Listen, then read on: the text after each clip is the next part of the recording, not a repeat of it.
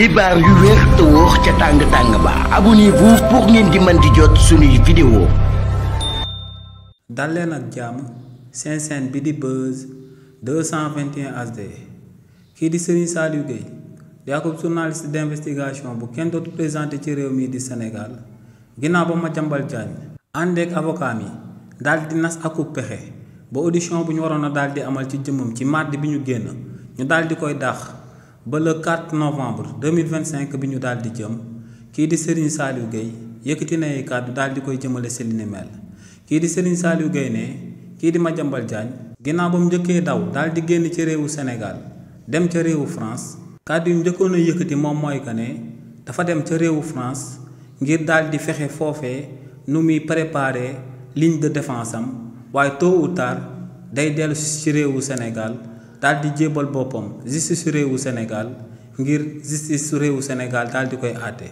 waaye ne taxawaayu Madiambal Diagne ci fan yu mujj yi daal dinay firndeel que ne kii di Madiambal Diagne lu mu na ma daal di amal moom mooy daal di toog ca France toog fa continuer di gàlleyaabe même bu fekkee ne daal dinañuy teg loxo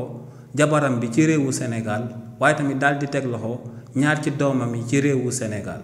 nee nag kii di Madiambal Diagne donte daal dinay fexe moom ak avocat mi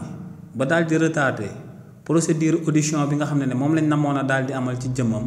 daal di ko yóbbu ba le 4 novembre waaye ne kii di Madiambal Diagne lu leer ba am moom mooy que ne bu taxee bu ñu ko auditionné ba noppi day daal di dellu si réewu Sénégal par la force ñu daal di ko fii jugé ne kii di Madiambal Diagne juróomi critère moom moo mën a daal di sabab ñu daal di koy bàyyi ca France bañ koo daal di extradé daal di koy andiwaat ci réewu Sénégal ne motif bu jiitu moom mooy que ne faaw avocat mi daal di prouver que ne kookee motif politique rek moom moo sabab ñu koy topplu ci réewu Sénégal ne ñaareelu motif bi moom mooy que ne avocat mi dañuy prouver que ne délit d'opinion moom moo sabab ñu daal di koy topp ci réewu Sénégal ne ñetteelu motif bi moom mooy avocat mi mën a daal di firnde que ne affaire ethnique moom moo sabab ñu koy daal di topp ci réewu Sénégal ne ñeenteelu mbir mi moom mooy que ne faaw avocat mi daal di firndeel que ne bu del siwaatee ci réewu Sénégal mën nañoo jël peine de mort wala torture daal di koy amal ci jëmmam ne juróomeelu motif bu mën a sabab ñu daal di koy bàyyi ca France moom mooy que ne kookee di Madiambal Diagne daal di am akub nationalité française wala kookee di Madiambal Diagne ci coow li nga xam ne moom lañ koy daal di toppee ñu daal di ko fay jugé ca réewu France ba noppi ne lu leer ba am moom mooy que ne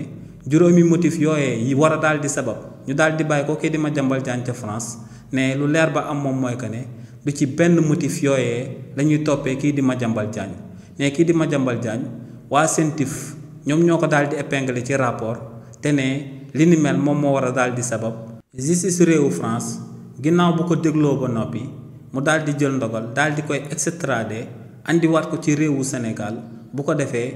réewu Sénégal daal di jël daan yu méngoog ñaawteef yi nga xam ne moom la fi kookee di Madiambal Diagne daal di amal